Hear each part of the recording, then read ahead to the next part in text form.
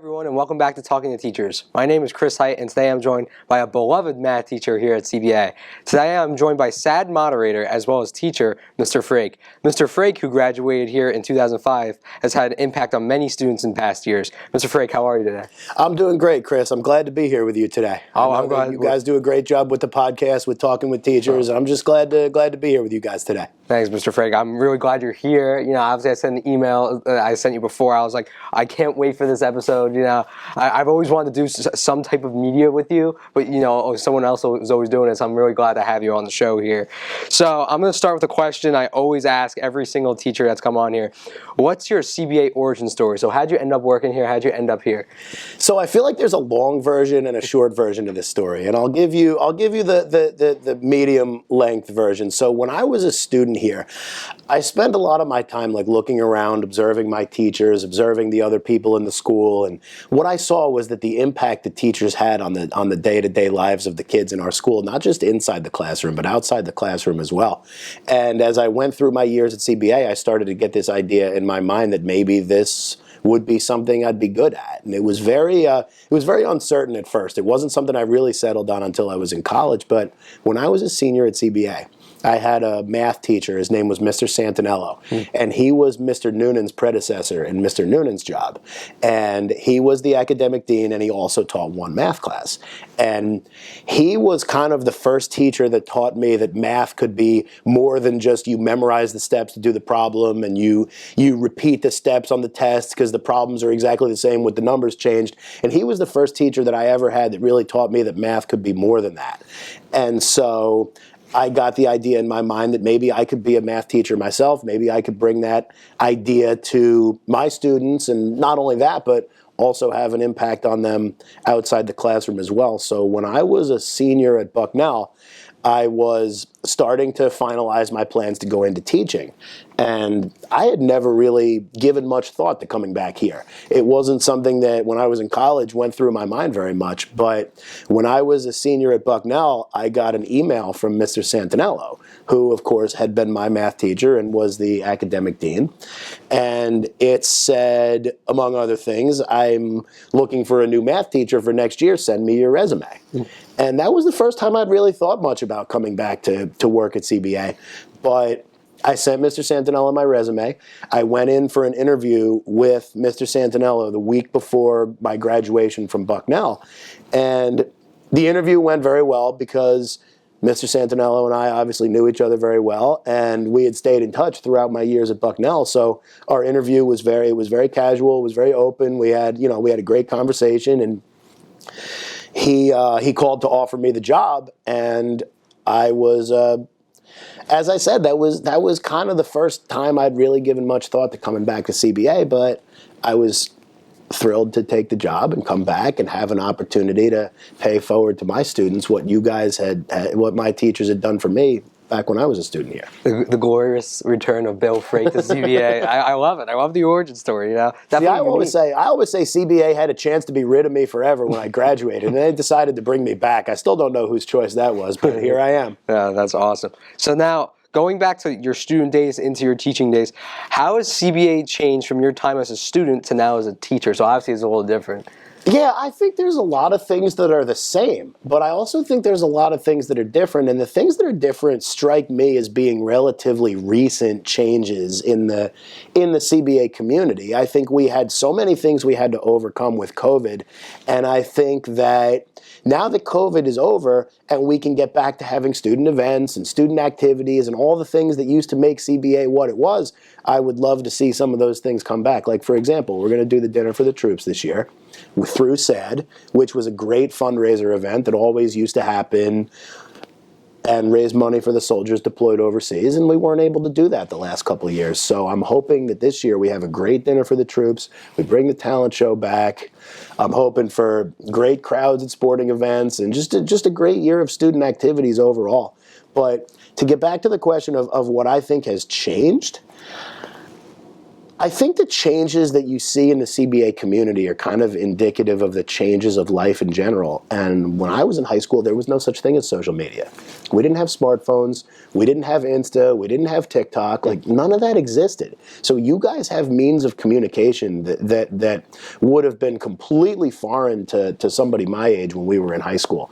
And I think it comes with benefits and drawbacks. And I'm sure you guys know, but I just think you guys face challenges today in your lives as teenagers that kids my age never really had to deal with. We had to deal with other things, but some of the things that have come up in recent years, the changes in society that you guys have to deal with are totally different from anything we faced. Yeah, absolutely. It's really I've heard that from actually a couple of teachers not on the show. Just asking them a similar question, and it's the difference between technology. It has its benefits and really its downfalls. But anyway, going to your activities now, how did you become the PA announcer at all our games? Your arguably most iconic role here at CBA. So this is a funny story that I think will resonate with the current students because many of you still know Father Gary. Mm-hmm. So Father Gary Koch was, before he became a priest, he was a theology teacher at CBA. And he was an excellent teacher. I learned more from his class than I can possibly describe, but he was my theology teacher for 3 years when I was a student at CBA. He was my freshman theology teacher, and then I had him for junior honors theology. And then when I was a student here, he was the guru moderator before Mr. O'Connor took over as moderator of the guru program. So he was my supervisor in the guru program as well. I got to know Father Gary. We knew him as Doc because he was Dr. Koch at that point before he became a priest. I still call him Doc, and I refer to Doc among the students, and you guys are like, who are you talking about? I'm like, oh yeah, well, you guys know him as Father Gary. But he was the PA announcer for basketball and wrestling prior to leaving CBA to go into the seminary to become a priest. And so when he decided to leave the school to go into preparation for the priesthood, it created a vacancy with it not only in the theology department, but also as the PA announcer for the sporting events. And I kind of slid into the role that way, and I've been doing it since 2011. I love that job. It's a way to stay close to the sports teams, a way to be involved in the school community. Absolutely. And the bells of period zero. They're always interrupting our digital media stuff. But now I want to actually segue a similar question, part of this question actually. How have you embraced your role as PA announcer, and what have been your favorite moments? Because there's obviously some great moments in that job. There's been so many great moments in CBA sports history that I've gotten a chance to be a part of. And I think that what makes it special for me and what I really enjoy about it is being part of the atmosphere at the games. And when I was a student here, the crowds at the sporting events were insane, whether it be basketball, hockey, whatever the sport happened to be. Soccer, there were always good crowds. They were always spirited, student body and cold crazies. And it was always a great experience. And I've always enjoyed getting to be part of that experience on the other side of things, on the teaching side of things, and just enjoying seeing how much fun you guys have at the games, the students, the cold crazies. I mean, I think back to some of the games we played against RBC, the Founders Cup games. The gym was packed. There were bleachers up on the stage. The crowd was going nuts. It was crazy. It was a crazy environment, and I love being part of that. One can only look forward to the Founders Cup this year. I cannot wait. I expect that gym to be packed. I don't want there to be room to even move around. I think everybody in the school should be there. I understand that maybe that's not totally realistic, but I want it to be a great crowd. I want it to be a great night. And I think we're going to have a lot of fun that day. Oh, it's going to be a great day. I cannot wait. But anyway, talking about going back to SAD, how you mentioned there for the troops.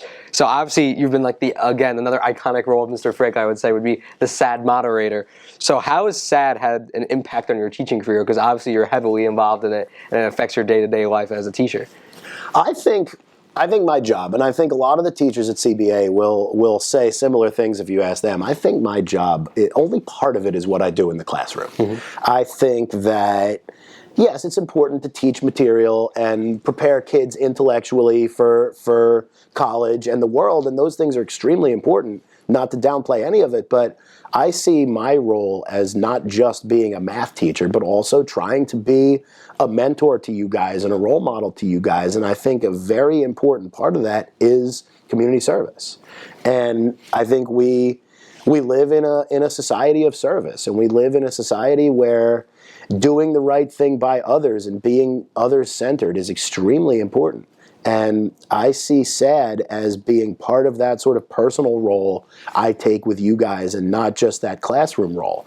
And it gives me a chance to give you guys some knowledge and some ideas about the destructive choices that are facing teens, which are some of the same destructive choices that faced teens when I was in high school. And I saw kids make mistakes, and I saw kids make choices that may not have been the best. And I see part of my role as bringing that knowledge forward to you guys, and taking a personal role in mentoring you guys and your personal development, and not only that, but also your development in terms of service and being there for others, and seeing it as an important thing to serve our greater society. So I think SAD really plays a very strong role in that. Yeah, absolutely. You know, it's been an absolute pleasure going to every single SAD meeting. I look forward to them. You know, I love just seeing all the guys, you know, we all get along. I feel like the discussions have been great lately. I feel like, you know, guys have been participating a lot more. You love to see it. You know, when I was in SAD at the beginning, it was COVID, so, you know, it's still crowded, but, you know, it wasn't the same. And now that COVID's over, we've been having, I think, some great meetings overall as as a group. Yeah, I definitely agree. I think that during COVID, people wanted to be involved in things. People wanted activities. People wanted community and camaraderie. And I tried to provide that with the SAD meetings to whatever extent it was possible. But now that we've come out on the other side of that, I think it's still something that people crave. I think people crave community. I think people are looking for opportunities to get to know guys that maybe aren't in their classes, get to know guys that maybe they wouldn't encounter on a day-to-day basis. And seeing kids sit around the tables at the SAD meetings, I think is a great example of the CBA community, and getting to know each other and encountering people that maybe you wouldn't encounter in your day-to-day life. And not only that, but kind of supporting each other and making it cool to make good choices. I think that's a very important thing. Yeah, it's all absolutely awesome. So now, segueing into my last question, which is kind of like a two-parter, what do you hope for the future of SAD in terms of events, in terms of like major goals for the next years ahead? I think our goals for SAD just sort of go through time, and I don't know that they necessarily change very much over the course of time. I don't necessarily think my goals for the future are any different from my goals for previous years, because what I think is important about SAD is, like I said, giving people a sense of community, empowering people to make good choices, and I think that kind of fits the student body as a whole. Just making it a good thing to make wise decisions and good choices, and not only that, but to set an example for you guys in terms of service and in terms of the choices I make in my life. I think that's very important, and I think it's been very important in the past, and I think it'll be important in the future too. But another story I think you guys might enjoy about SAD, because I feel like there's always these tie-ins to the history of CBA. Many of you have Mr. Brennan as a guidance counselor, and Mr. Brennan's father was the moderator of SAD when I was a student here. He was a great role model to me. He was a great mentor to me, Mr. Brennan's father, who of course was also Mr. Brennan. And when he retired, I took over SAD, and I was incredibly honored to carry on the legacy that he started with SAD. And it means a lot to me that I have the opportunity to do that, and that I have the opportunity to take the lessons that were taught to me when I was a student here and try to bring them forward to you guys in whatever way I can. Yeah, absolutely. And it's been so successful, obviously, with all the copious quantities of students that are featured in SAD. You know, so many kids love going to it. I always hear kids talk about it in class. It's great. So my last question, which kind of goes off my previous question, and it's a pretty general one. So what do you hope for the future of your teaching career here? Because obviously you've been here a few years now. You've kind of felt it out. Do you have any major goals for your teaching career, to reach out to more students, something like that? I think that as you go through a lengthy career in teaching, I think the society around you changes. But I think that high school kids tend to be similar psychology, similar things that they want out of their lives, similar desires that they wish for. And I think that one of the things that is important to me as I go through my teaching career is guiding kids through the society that we live in and the world that we live in and the culture that they're experiencing, and seeing that kids have the same needs, kids have the same wishes, and there's always this desire for camaraderie and community. And I think that as the society around us changes, and as students go through different things and experience different things with respect to their lives, I think they'll always need mentorship and guidance like I did when I was a high school kid. And so what I want to do as I go through my teaching career is make sure that I don't know exactly the best way to phrase this, but remain in contact with the way society is changing so that I can help guide kids through what they're experiencing as teenagers, which I don't necessarily think changed that much from what I experienced as a teenager in many, many different ways. So that's an incredibly hard question to answer, but to me it kind of gets back to that. Yeah, absolutely. And I totally agree. Obviously, there's a lot of everything, there's generational things, and everything kind of changes. You know, outside problems outside of school might be different, so obviously adapting might be very important. But anyway, Mr. Frake, I can't thank you enough for coming on our show. What a great episode this was.